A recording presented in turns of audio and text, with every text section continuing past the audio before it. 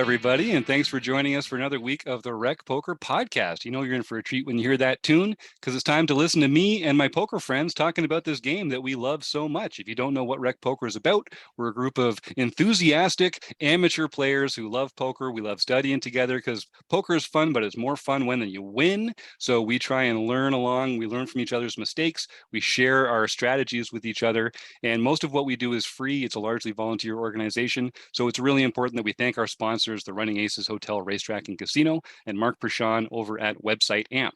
And of course, we also have to thank our members of the Wrecking Crew, the core team of wizards that come in every week and share this experience with me, creating our videos, adding our thoughts to the podcast, that sort of thing. And if you want to find out more about the Wrecking Crew, you can go to rec.poker/crew, or you can just listen up because you're about to meet a couple of them here tonight. Eric, what about you? Hi, I'm Eric Jin. I am Binkley on the Rec Poker forums and at Rec Binkley on Twitter. And I am Kim Kilroy. I am PetVet33 or Fergie56 in the home game, PetVet or PetVet33 everywhere else, and can barely get a word in edgewise with Jim. It's true. We're working on that though, aren't we, Kim? And in case I haven't mentioned it, my name is Jim Reed, Blefsterini in the home game, and at Rec Poker Jim on Twitter. One of my favorite experiences as a host of this podcast is we get to do these chats editions of the podcast where we talk to amazing people in the poker world and get to know their story. Every once in a while, we have so much fun. We beg them to come back onto the forums edition like tonight and talk some strategy with us. So Carlos Welch was one of those amazing people that said, yeah, man, I would love to come back on the show and talk some strat. So we got Carlos Welch in the house. Carlos, thank you so much for coming back on the Rec Poker Podcast. No problem. Thanks for having me. Well, if folks don't know Carlos, I don't know why you wouldn't at this point in your career, but Carlos is the co-host of the Thinking Poker podcast. He's the brains behind Mediocre Coaching. You can find a lot of his insights and videos and premium podcasts and stuff at nitcast.com. And we're going to talk about some of that stuff later on.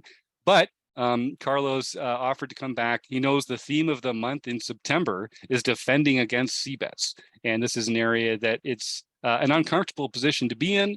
People c-bet at a high frequency, so we find ourselves in this position a lot. And I just thought we could pick your brain a bit, Carlos, and find out sort of what should we be thinking about to make this easier for recreational players like us. Definitely. But before we get into that, I should say it's mediocre poker coaching. It sucks without the rhyme in there. Okay, good call. Thank you. And is that mediocrepokercoaching.com, Carlos, or do they have to get at you through your Twitter or something? How do they get involved with you? Definitely through my Twitter, which is Hip Hop 101 Trivia. Or they can just search Carlos Welch Trivia on Google. I'll come up there as well. But yeah, I used to have that website, but I don't use the mediocrepokercoaching.com anymore. I just like the fact that rhymes. Yeah. So that's important to get the poker between the mediocre and the coaching. All right, you got it. And you can tell Carlos is one of those traditionalists. He's using that hip hop trivia Twitter handle that he's had for a long time, since before he got into poker. I respect that because you're definitely more involved in poker these days than you are in hip hop trivia. Would you say that's true? Yeah. And speaking of reusing things and being cheap, the reason Thrifty. The reason I don't have the website anymore is because I found out you can use tinyurl and Google Docs as a website. So basically, if you go to my Twitter profile, you'll see a link that says tinyurl/Carlos Welch. You click that link, it'll take you to a Google Doc that I've basically set up as a website. So I don't have to pay any hosting fees. Nice. That's amazing. Carlos is definitely a man after my own heart. And if you're not familiar with Carlos's story about playing poker in a van, really keeping costs down in a number of admirable ways, you can listen to our previous edition of the Rec Poker Podcast, where we've had him on and talked about that at length, as well as a number of other poker podcasts and blog articles and that sort of thing. Carlos is a well-known figure for his thrifty ways. Here on it, we're both life nits, and I think that's just because we know the value of a dollar, my man. And it doesn't come in so easy. It shouldn't go out so easy is the way I like to think about it. Let's conserve those dollars. Yes. All right. Well, so here we are, the theme of the month, defending against c-bets. We're going to do one episode right now where we talk about sort of the general concepts behind why people are c-betting into us and what we should be thinking about in those moments. And then we'll come back again for a quick conversation next week, going over a specific hand where these concepts are applied. So, our audience is mostly recreational players. So a c-bet is just anytime the player who took the aggressive action pre-flop now continues their aggression on the flop. And we'll just keep it real simple here and talk about flop c-bets like that. So if someone opens in late position and you're in the blinds and you call, then they have if you check on the flop, they can c-bet, continuation bet by continuing their aggression. And it's kind of it's a cliche. It's a tool that people use a lot because people fold a lot to c-bets, and the reason they do is because the person who made the previous aggression, the aggressive act on the previous street, has an uncapped range, and when you make the passive action by calling, you've kind of capped your range. So on a lot of boards, it's going to come out where you don't make a hand, and when someone represents strength with that bet, you're kind of forced to fold and move on. That's the nuts and bolts of it at a real basic level. But Carlos, what else should we be thinking about, and sort of what do you think about when you're in a position where you're facing a c-bet on the flop? Again, I know there's so many different variations we could talk about, different boards and stack sizes and positions and that kind of thing, but down to the real fundamentals, kind of what's it all about in your mind? I think it's going to be about understanding that the pre-flop raiser usually has the range advantage, and that is going to entitle them to probably win more than their fair share of pots here. But because you get a chance to see this flop for a discounted price because you already have the big blind in, and if we're talking tournaments, there's even a better price due to antes, you still get to call and see this flop. And so you don't have to win this pot as often as the player with the range advantage, but you do need to try to win as much as your fair share as you can. So I would say don't sweat it too much in these spots. But some of the hands that are kind of obvious to play, most people probably would do well for just playing those more aggressively. So a good example would be if you're in a situation where, although the opener has a stronger pre-flop range, sometimes you get a board that's better for your range in the big blind than the previous player. And if they made the mistake of betting too much on that board, you can just do a lot of check raising with hands that interact somewhat well with that board. And I think a lot of people end up just calling, and like a good example would be hands with backdoor equity. So you have 3-2 a flush or 3-2 a straight, or preferably both. A lot of times people call with that sort of hand and say, oh, let's see if I can pick up a draw on the turn. No, that's a good spot to raise if your opponent, his primary advantage is that he has overpairs in his range that you don't, because obviously he's going to open aces and kings, but you would probably 3-bet those. So given that you didn't 3-bet, you don't have those on your range. So if you're on a board where those overpairs aren't necessarily super strong anymore because the board is kind of like middling, connected, and suited, that's a good time where you can over-realize your equity by raising some of those backdoor draws as a bluff. If you get a board that is more in your opponent's wheelhouse, say like a dry ace high board, you don't have to fight too hard for those boards. If you have something that connect with the board, then you generally just want to call. You don't want to do too much raising on those sort of boards. But yeah, it gets tricky when you get that middling, the board that's better for your range. That's when you have to fight a little bit harder. When it's his board, you can just play, the hands almost play themselves a bit. And I'll let Eric and Kim jump in if they have any questions or comments as we go. But the one thing that, as we've been studying this spot more and more this month in Rec Poker, the one thing that's jumped out to me is the really important thing about it is the board texture. which is as Yeah. you've described it as well here, Carlos. And so can you just give a couple examples of some boards that are good for the open razor, and then a couple examples of some boards that are good for the caller? Right. So this is going to be a little bit different if depending on whether we're talking about cash games or tournaments. But I'm more experienced with tournaments, so I'll speak from that point of view. So generally, it's going to be boards where you have cards between, like, say, 8 and 4.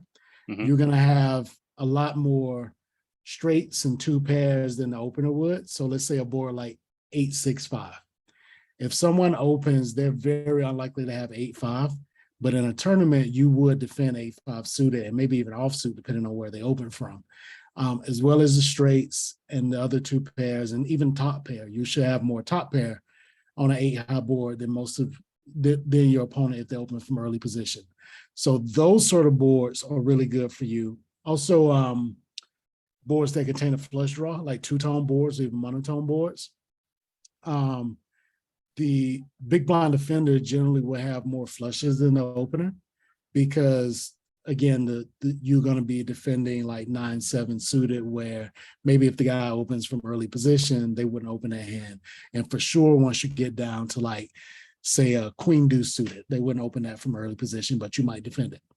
So basically, anytime there's a possibility of small to medium flushes and straights on the board, that's generally going to be a good board for the big blind defender.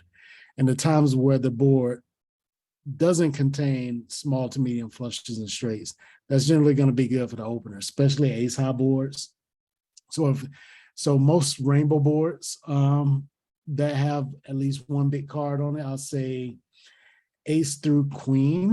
The jack and the 10 kind of becomes like a flex card that could be in both ranges a good percentage of the time. But yeah, those big ace and king high boards are generally better for the pre-flop openers range. And Kim makes a good point here in the chat. I think we're mostly talking about single raise pots. And at this point where, for instance, there's an open in middle or late position and someone calls out of the blinds. But of course, this can come up all the time. If someone opens an early position and you call in late position, they're still going to have the ability to c-bet. And that might change the board texture that you're looking at a bit, because you won't be continuing with 8-5 offsuit as much in late position as you will in the blinds. But the same principles would apply there. Eric, did you have a question? Yeah, I was kind of wondering, so we have boards that, like you said, would favor the big blind, so that we should be aggressively check raising or being more aggressive on that.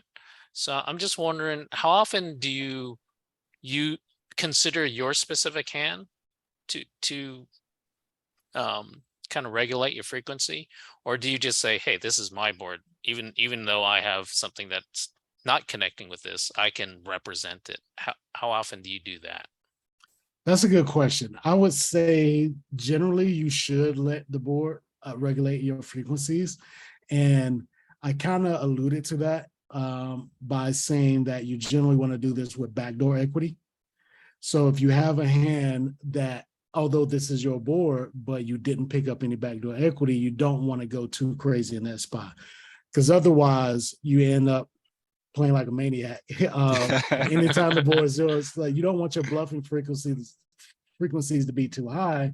And also, it's nice that sometimes when you're bluffing with hands with backdoor equity, you occasionally get there. So it's not, you're not so bluff heavy on turns and rivers as well. So I would say it's very important to let the board regulate how often you make that play. Okay, so it should be kind of a semi bluff rather than a absolute cold stone bluff with nothing. Exactly, semi bluff. Okay. The only time I would say that I personally get out of line in this spot is when I have other factors that give me additional fold equity. So like if I'm up against a tight player, I might not need to regulate my ranges, because I kind of want to play like a maniac against a tight player. I just don't want to be out of line against someone who can exploit me for it. Or if I'm up just a regular type of player, but we're on the bubble, so I have like extra ICM pressure I can apply, where anytime I expect to get more folds, I want to do more bluffing. But if I don't expect to get more folds, then I kind of want to keep my frequencies in line, my bluffing frequencies in line. And the best way to do that is to make sure your hand has some sort of coordination with the board. Cool. Thanks. So Carlos, we get, let's say we get a board that favors us, one of those sort of like low middle runouts on the flop. And sometimes we're going to have a hand like 2-pair because we called wide and we hit the 8-5. Sometimes we're going to have a hand like a pair plus draw with like, 8-7 or something like that. Sometimes we're going to have just a draw. We want to kind of leverage the bluffs in our opponent's c-betting range by check raising, like you're saying, which is how we're going to kind of get some folds from better hands than ours, even necessarily sometimes. But we also want to be check raising with some value hands where we want them to continue and get paid. Is that how do you specifically decide, oh, this is in my value check raising range, this is in my call range, and this is in my bluff check raising range? Like from board to board, how do you decide in real time which action to take? What I generally do is I try to play against worse players than myself. Smart. And what that generally means is that they're predictable. Yep. And so I kind of know what sort of player I'm up against. So if I'm up against a player who bets too often, then I'm probably going to have a bluff heavy raising. Well, I shouldn't say. If they bet too often and they fold too much to the raise, I'm going to have a bluff heavy raising range because it doesn't make sense to raise that sort of player with your value hands because they're just going to fold a lot. And if I'm up against a player who calls too much, then I'm going to be careful with how much I bluff. So maybe I just call more often with those sort of hands. But when you don't know, you want to kind of mix. So you're going to have like those 2 pairs you mentioned. Sometimes you call with them, sometimes you raise with them. That's why if you ever see these sort of hands in a solver, that's what the mix is for when you don't know which way your opponent leans.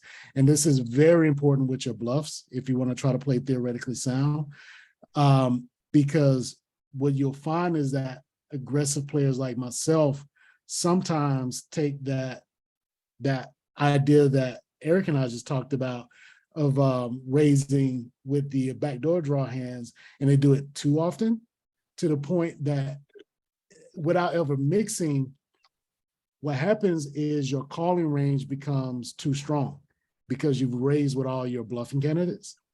And what happens in this case is if your calling range is too strong and you face a bet, you call, and then the turn, if the draws get there on the turn, it's going to be hard for you to get value now because what are you bluffing with? Because you've raised all your bluffing candidates away on the flop. So that's a long way of saying if you're up against a player where you don't have a read on them and you don't know which way they're likely to lean, the way you fill out those 3 ranges you mentioned is you basically just mix. You have strong hands in both ranges, and you have weak hands in both ranges.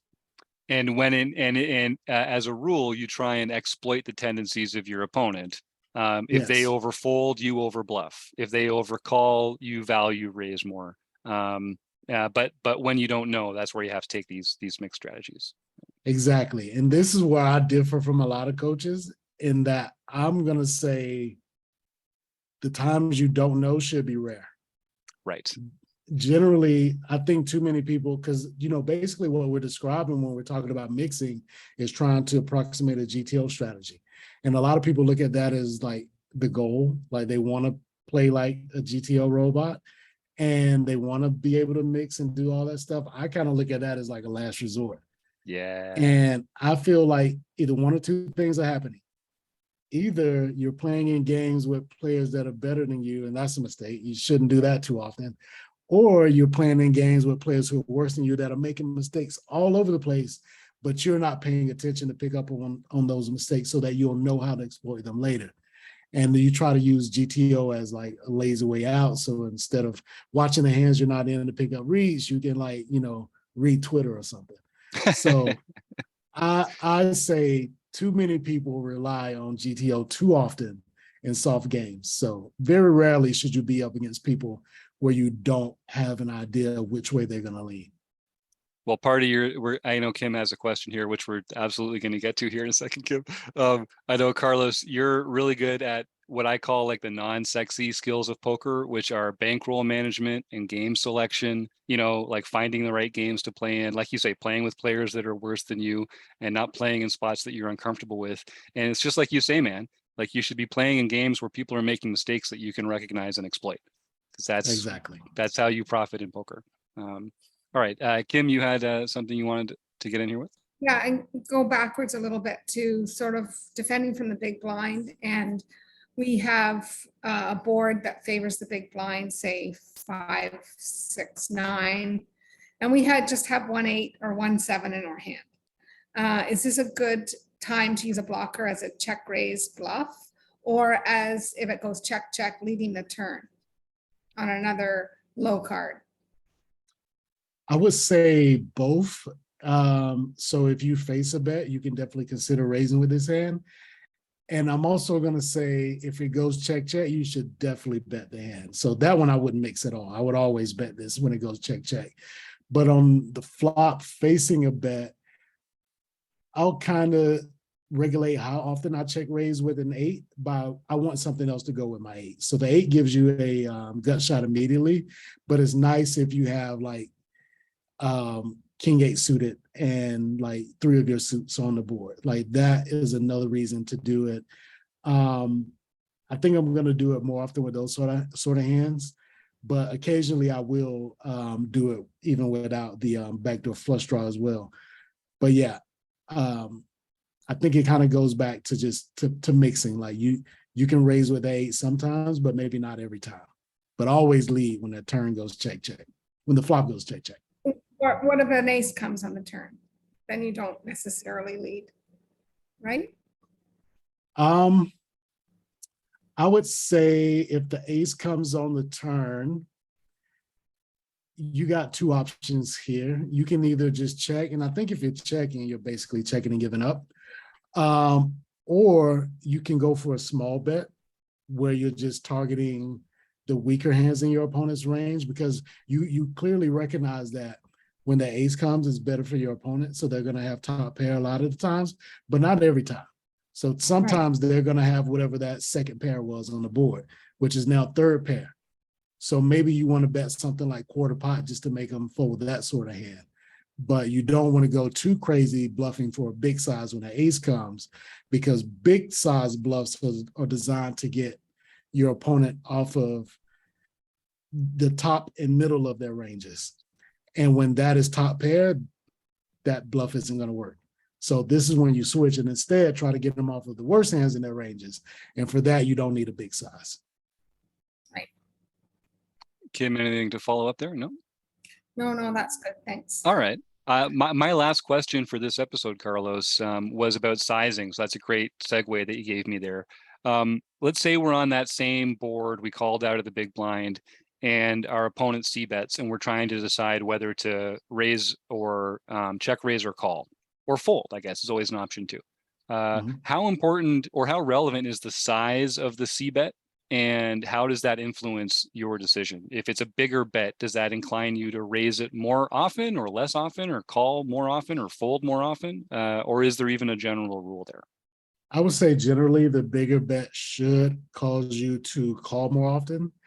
And the call as opposed to raise. You can definitely consider, I should say call or fold more often, but you want to raise less often versus the bigger bet as a general rule of thumb. The smaller bets, I think I'm pretty much always going to raise those because they're not theoretically sound. So your opponent knows, or they should know, that this board is better for your range than theirs. So what that means from their point of view is that they shouldn't bet very often. And when they do bet, they should choose a big size. So there's almost a telltale sign of a player who doesn't understand that if you face a small bet on the board that's better for your range than theirs. And the way you punish them for doing that is by raising a lot. So if you're in a big blind and you face a small bet on a board that's better for your range than your opponent's, now you can raise more often, and maybe even raise with some of those no equity hands that Eric was talking about earlier, just to punish your opponent for over c-betting in this sort of situation. But the better players will know that they just don't get to bet as often on that board. And when they do bet, they bet the bigger size. And because they're checking back with some of their middling strength hands and some of their weaker hands, they're less vulnerable to a big raise. They're less vulnerable to a raise when they make the big size. So for that reason, you got to be selective with what hands you choose to raise that big bet with. And then conversely, you're going to tell me that on drier, like ace high flops with not a lot of flush or straight potential and more, one or two high cards as opposed to all low cards, our opponents are going to be c-betting at a higher frequency at a smaller sizing. And then let's just talk about that briefly. So let's say, ace 8-4 board. And this will come up in the hand that we're going to look at a little later on. We're not going to have as many natural semi bluffs there, right? We're not going to have as many flush draws or straight draws. So how do we choose which hands to check raise with there? Or should we even be check raising as much? You should be doing some check raising, not as much, but now you want to make sure you're first driven by your equity. So like ace 8-4, you want to go with something like, it's escaping me right now. Trying to think of, is there any hand that's a double gutter on that board? 5-6 backdoor flush draw.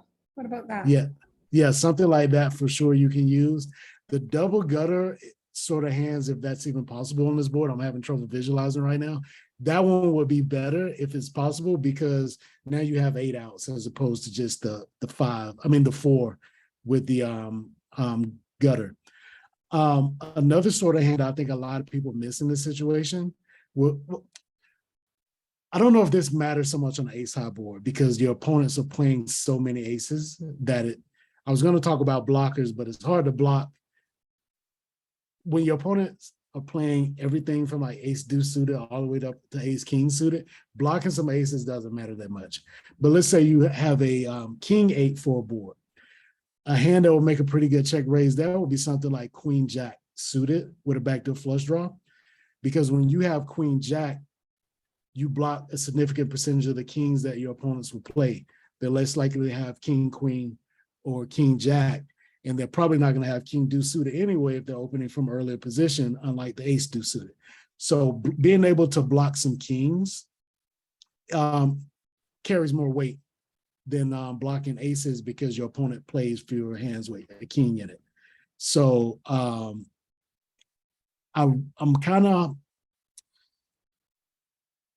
I would say, I guess I'll just say that. So like queen jack suited on a king 8-4 board, if you have 3 to a flush, that's a pretty sexy check raising hand as well. Nice. All right. Well, so we're going to end the show here. And next week, we're going to talk about a hand that Kim's going to chuckle, because it's another hand I played in the main event this year. This is the last one we're doing on the show, though, I promise. And this is a slightly different scenario where we open and the opponent 3-bets us. And so when we get to the flop, all the ranges are a little tighter. It's not quite like that big blind defense spot. So I'm looking forward to getting into that. So Carlos, one more time, where can our fans reach out to you if they want to make an impression or maybe make a connection and take their game to the next level with your coaching services? Well, you can primarily find me on Twitter. I'm there all day, every day. Hip Hop 101 Trivia. And if you can't remember that, you can just search Carlos Welch Twitter on Google, and it'll be the first thing that pops up.